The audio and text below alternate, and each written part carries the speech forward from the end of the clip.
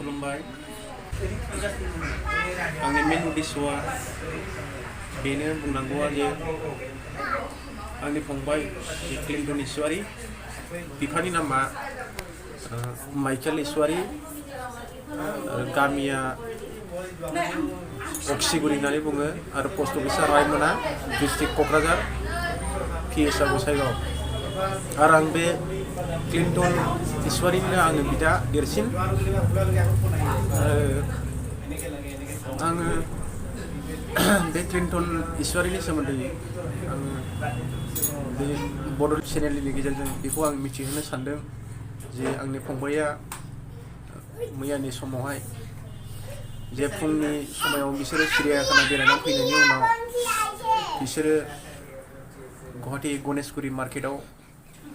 एसे बाजार बेबायदिनो शपिं खालामनायावहाय फेमिलि जयैनो दंजोबोमोन दा बेयावहाय दसेयावनो हरखाबै बोरै गोमाखो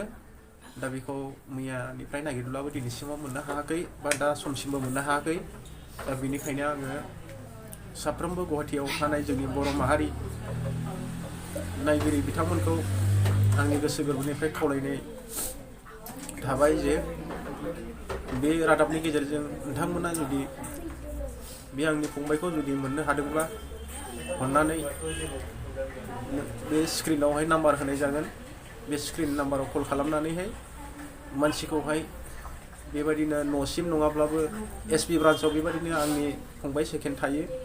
बेयोनो प्रशासनाव डिपार्टमेन्टआव बे एसपि ब्रान्चआवनो काहिलिपारायाव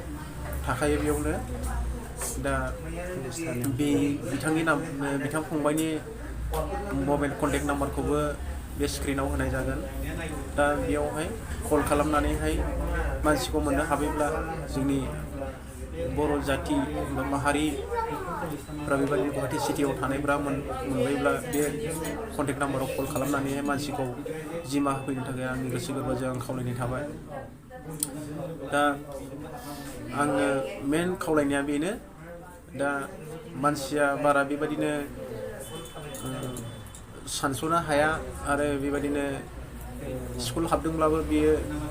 माने पारफेक्टलि बेबायदिनो बियो बुंनो हाया मानसिया एसे प्रब्लेम दा बेनिखायनो बाराबो बुजिया दा बेनिखायनो आङो खावलायो